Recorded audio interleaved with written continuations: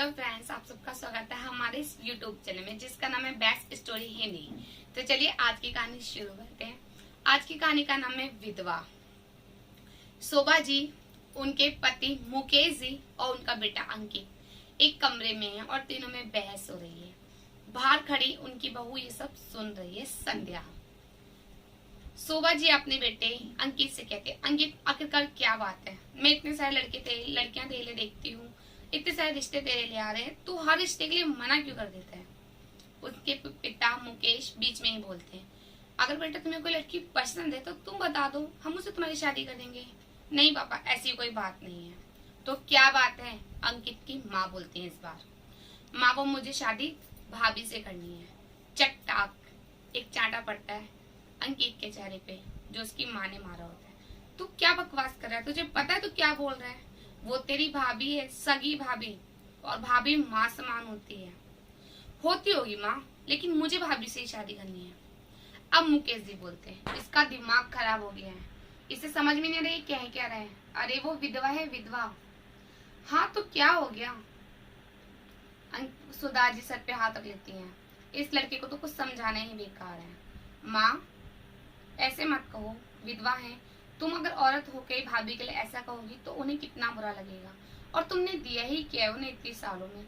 उनकी शादी को 4 साल हो गई हो तो, लेकिन उन्हें क्या मिला? 1.5 साल हो गए भैया को गए हुए, लेकिन आपने 1.5 साल में आखिरकार भाभी को दिया ही क्या है भैया के जाने के बाद? सिर्फ ताने और कोसना। मेरे बेटे को खा गई, ये साड़ी मत पहनो, वो साड़ी मत पहनो, यहाँ मत जाओ, वहां मत जाओ, ऐसे मत बैठो, ऐसे मत खड़े हो, छत पे क्यों गई थी, इससे क्यों बात करती? माँ ये रुकना टोकना बंद करो। पहले तो तुम कभी नहीं करती थी। पहले तो तुम चेक चेक कर भाभी से कहा करती थी, बेटा ये भी करो, ये भी करो, अपने शुभ हाथों से करो। हर चीज के तुम भाभी से कहा करती थी। अब तुम्हें वो मनहूस लगने लग गई। उन्हीं हाथों से तुम हर चीज करवाती थी और आज वही हाथ मनहूस हो गए। तुम्हें याद है 1 महीने पहले बुआ के बेटे की शादी थी, तब तुमने उनसे कैसे कहा था, तुझे जाने की कोई जरूरत नहीं है, वहां जाके मनोज फैलाने की कोई जरूरत नहीं। माँ अगर तुम उनकी सास होकर ऐसे कहोगी तो लोग क्या कहेंगे? लोगों को तो और शय मिलेगी, वो और कहेंगे। इसलिए माँ ऐसा ना कहो। अगले हफ्ते हमारे घर में पूजा थी, तुमने क्या कहा? तुम आटा मत लगाओ। तुमने आटा क्यों लगाया? सारा आटा खराब कर दिया। तुमने वापस से आटा खुद से लगाया और भाभी का आटा फेंक पा दिया, या नौकरानी को दे दिया कि वो अपने घर की रोटियां डाल लेगी। माँ ऐसा ना करो, तुम एक औरत हो के औरत को समझो। तुम भाभी को इतना क्यों कोसते हो? आखिरकार उनके भी तो पति गए हैं, अगर तुम्हारा बेटा गया है तो। माँ समझो, इसलिए मैं कह रहा हूँ, प्लीज भाभी की शादी करा दो। अभी उनकी उम्र ही क्या है, उनका कोई बच्चा भी नहीं है। आखिरकार वो इतनी लंबी जिंदगी कैसे काटेंगी? मैंने आपको अपना आखिरी फैसला सुना दिया है। मैं शादी करूंगा तो भाभी से, नहीं तो मुझे शादी नहीं करनी है। अंकित कहकर चला जाता है। जैसे ही संध्या देखती है कि अंकित बाहर निकल रहा है कमरे से, वो फटाफट अपने रूम में चली जाती है और रो रही है। गेट लगा के रो रही है, सिसकियां लेकर रो रही है। सुधा जी आती हैं, गेट खटखटाती हैं, अंदर आती हैं। संध्या अपने आप को रोना छिपाते हुए बात करना शुरू करती है, आइए माँ जी। सुधा जी लेकिन समझ गई हैं कि आंखें सूजी हुई हैं, चेहरा पूरा भीगा हुआ है। समझ जाती हैं कि संध्या रोई है, बहुत रोई है आज। वो बैठती हैं और संध्या के सर पे हाथ रखती हैं, कहते हैं बेटा मुझे माफ कर दो, मुझे अपनी गलती का आज दिल से अब बहुत अफसोस है। मुझे दिल से इस चीज की गलती का एहसास है कि मैंने तुम्हारे साथ कितना गलत करा। मैं एक औरत होकर, एक माँ होकर, एक पत्नी होकर मैं तुम्हारे दर्द को नहीं समझ पाई। आखिरकार तुम्हारी इसमें क्या गलती है? तुमने कोई पाप तो नहीं करा। मेरा बेटा गया तो तुम्हारा भी तो पति गया। मैं चीज को समझ ही नहीं पाई कभी। बेटा मुझे माफ कर दो, अब मैं जिसको अच्छे से समझती हूँ। नहीं माँ जी, आप मत माफी मांगे, हाथ पकड़ती हुई संध्या बोली। इतने में ही ससुर मुकेश जी भी वहां आ गए और कहने लगे, बहू मुझे भी माफ कर दो, मैंने भी कोई कसर नहीं छोड़ी तुम्हें जलील नीचा दिखाने में, इसीलिए। नहीं फिर पापा आप माफी मत मांगो। बेटा अब हम तुम्हारी शादी अंकित से कराएंगे ताकि तुम भी पहले जैसी रंग बिरंगी साड़ियां पहनो, खुश रहो, चहल पहल रहो। चहकती हुई संध्या आप कितनी गुमसुम हो गई है। नहीं माँ जी, मैं दोबारा शादी नहीं करना चाहती, और अंकित तो मेरा बेटा है, मैं उससे शादी कैसे कर सकती हूँ? लेकिन अंकित चाहता है, तुम कर लो। नहीं माँ, मैं कभी शादी नहीं कर सकती।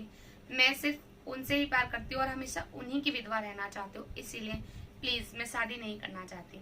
इतने में ही अंकित आ जाता है अंदर और आते ही बोलता है, मम्मी पापा मुझे माफ कर दो, मैंने आपसे बहुत गलत लहजे में बात करी।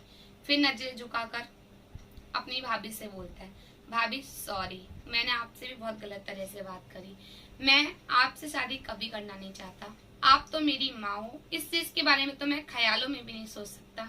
वो तो मम्मी पापा को मैं कब से समझा रहा था, लेकिन इन लोगों के समझ में ही नहीं आ रहा था। आइडिया यही लास्ट मिला और देखो अब इन लोगों को बात समझ में भी आ गई है। भाभी प्लीज आप शादी कर लो। नहीं अंकित, ऐसा नहीं हो सकता।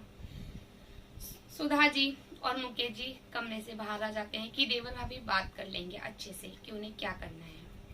अंकित और संध्या दोनों बैठे हुए हैं। अंकित बोलता है, भाभी मम्मी पापा को समझाना बहुत जरूरी था, अगर मैंने नहीं समझाता तो मैं ऊपर जाके भैया को क्या मुंह दिखाता। उतने में संध्या बोलती है, तू तो अपना ये बंदर जैसा मुंह उन्हें दिखाइयो भी मत। अरे दोनों जने ठक्का मार के हंसने लग जाते हैं। अंकित कहता है, भाभी आपको याद है कि भैया मुझे बंदर कहा करते थे? याद क्यों नहीं होगा, आखिर तुम्हारे भाई के साथ 3 साल रही हूँ मैं।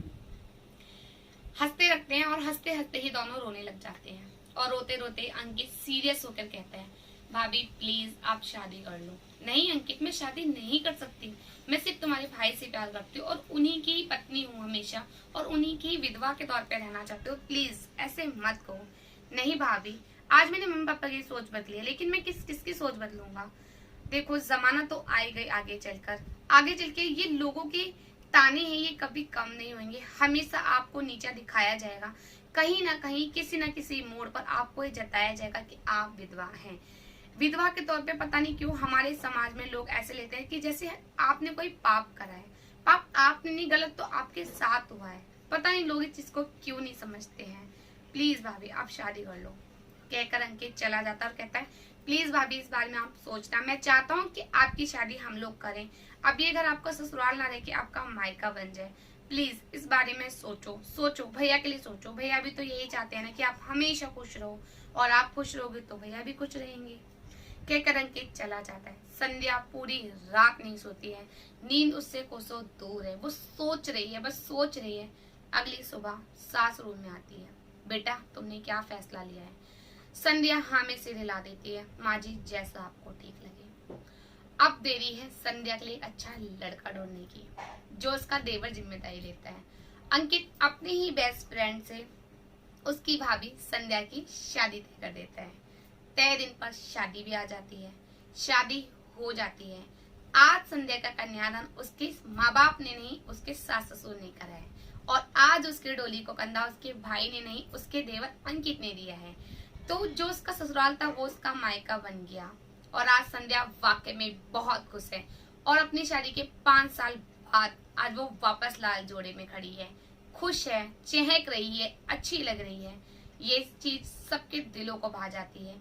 यही सोच एक नई सोच कायम करती है लोगों की नजरों में। लोगों को ये दिखाती है ये कहानी कि विधवाओं को भी जीने का हक